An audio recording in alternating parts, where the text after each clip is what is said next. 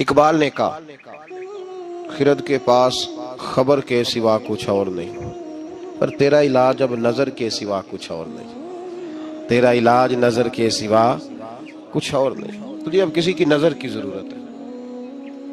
اور اس نظر کا حال کیا ہے؟ اقبال خود کہتے ہیں نہ تیغ و تیر میں نہ لشکر و سپاہ میں ہے، نہ تیغ و تیر میں نہ لشکر و سپاہ میں ہے، جو بات مرد قلندر کی بارگاہ میں ہے، نہ تیغ و تیر میں نہ لشکر و سپاہ میں، جو بات مرد قلندر کی بارگاہ میں ہے۔ اس وظیفے پہ غور فرمائیے جو میں عرض کر رہا ہوں۔ سورۃ رحمان کے میں نے ابتدائی 2-3 کلمات تلاوت کیے۔ قریش مکہ یہ کہا کرتے تھے کہ نبی پاک صلی اللہ تعالی علیہ وسلم کو کوئی بشر سکھاتا ہے، معاذ اللہ کسی آدمی سے سیکھ کے آتے ہیں تو ہمیں آیتیں بتاتے ہیں آگے۔ اللہ کریم نے فرمایا الرحمن علم القرآن، فرمایا کوئی بشر نہیں سکھاتا، رحمان خود انہیں قرآن سکھاتا ہے۔ رحمان نے خود قرآن سکھایا۔ خلق الانسان، اور پھر میں نے اس انسان کامل محمد عربی کو پیدا فرمایا ہے۔ حضور امی ہے۔ امی کا معنی معاذ اللہ بعضوں نے اپنی قرآن پاک کے ترجمے کیے تو امی کا معنی ان پڑھ کر دیا ہے، حالانکہ امی کا معنی ہے بغیر پڑھا ہوا، جو دنیا میں کسی سے پڑھا نہ ہو، جو پڑھ کے آیا ہو اسے امی کہا جاتا ہے۔ نبی پاک صلی اللہ علیہ وسلم کو خود رب کریم نے پڑھایا۔ حضور فرماتے ہیں میں نے اپنے رب سے ادب سیکھا ہے اور بڑا ہی پیارا سیکھا ہے۔ قرآن مجید نے کہا کہ محبوب کا تو یہ حال ہے کہ اب یہ اپنی مرضی سے بولتے ہی نہیں۔ رب فرماتا ہے یہ میرے نگاہ کرم میں رہتے ہیں۔ وما ينطق عن الهوى ان هو الا وحی یوحى، یہ اپنی مرضی سے کوئی بات نہیں کرتے، وہی کرتے ہیں جو رب انہیں وحی ارشاد فرماتا ہے۔ یہ علم ڈائریکٹ اللہ تعالیٰ نے اپنے محبوب کو عطا فرمایا۔ یہ قرآن مجید کی 2 جگہ سے میں نے سورہ نجم بھی پڑھی ہے، سورہ رحمان بھی پڑھی ہے۔ ہم آپ کو ہر چیز کی دلیل قرآن و سنت سے دیتے ہیں۔ تو فرمایا اللہ کریم نے کہ میرا حبیب اپنی مرضی سے بولتا نہیں، جب میں حکم دیتا ہوں تو۔ اب سنیے ترمذی شریف کی حدیث، نبی پاک علیہ السلام معراج کا واقعہ بیان کرتے ہیں۔ حضور فرماتے میں نے اپنے رب کا دیدار کیا